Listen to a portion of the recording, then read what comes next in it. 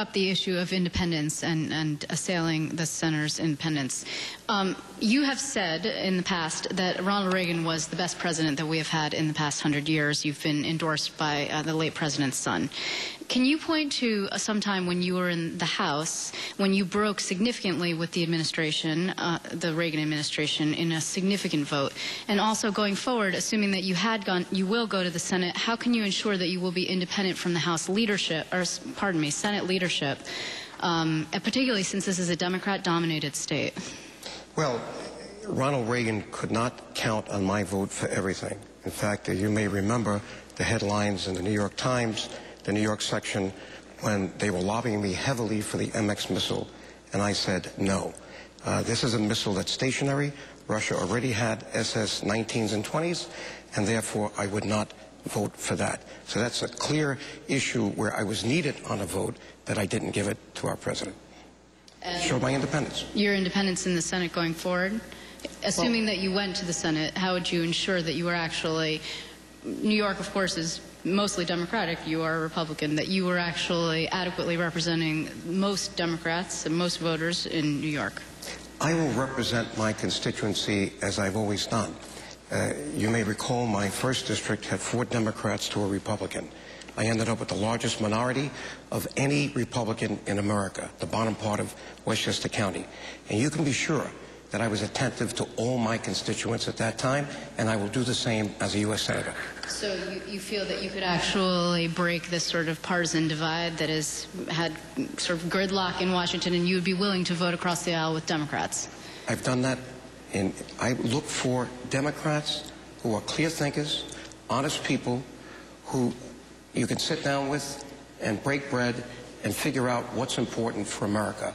I've done that with Tom Lantos for 4 years on human rights, afterwards as an activist, volunteer.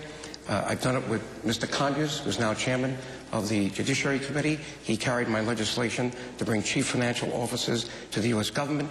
I'm the kind of person who sits down with people on the other side of the aisle because we have to benefit America. Parties are not working the way they should. Okay. And Senator, similarly, we heard Mr. DeBateRanks assail your independence. Since you've gotten into the Senate, aside from the vote on TARP, you really are beholden in large part to the Obama administration and to Senator Schumer for protecting you from having a primary this fall. Can you point to any significant vote on which you differed from the senior senator and the Obama administration? And going forward, how will you ensure your independence, assuming that you're elected on November 2nd? Well, I am an independent voice for New York, and I've always represented my constituents. And my view on these issues is I don't take a back seat to anyone, and I will always fight for New Yorkers in every single way. But I think it's a false question because Senator Schumer and I, we share a lot of core values. We both believe that middle-class families need tax cuts. We both believe that small businesses need a chance to create those jobs. We both believe that every New Yorker should have an opportunity for a college education. And so really the question isn't where we differ, and I'm glad that Senator Schumer agrees with me so often, but it's not really the issue or the test of what a senator needs to do. And in fact, having Senator Schumer and I work together on a lot of issues has made a difference. It's been a powerful combination for New York that we can fight together for New Yorkers and have a greater voice in the U.S. Senate.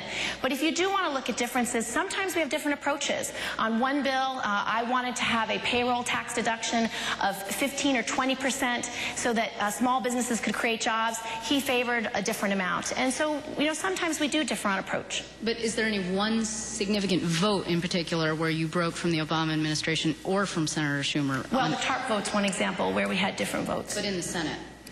In the Senate, there are some votes that are different. There was one vote about priorities for making sure that charitable deductions could be taken for, and are you asking about the Obama administration or Senator Schumer? Well, for Senator Schumer, we had a different approach on whether you can take, whether Recovery Act money could go to charities. And a similar issue with the Obama administration, they felt that there was a loophole that needed to be closed with regard to charitable deductions.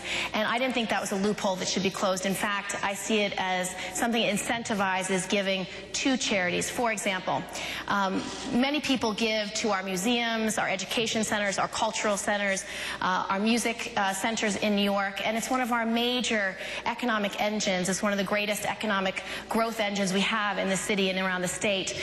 And I didn't think that that deduction should be removed. I also had a different approach with President Obama on repealing Don't Ask, Don't Tell. I disagreed with his lack of interest in making sure that we don't appeal the decision by the court that said it was unconstitutional. And I would have made immigration reform a major priority in the last Congress. Just to be clear, you're talking about the ACORN funding bill? Is that what you were talking about? The Recovery Act bill, there was a provision in it that basically said money from the Recovery Act couldn't go to charities and museums and art centers, and I voted differently than my colleague.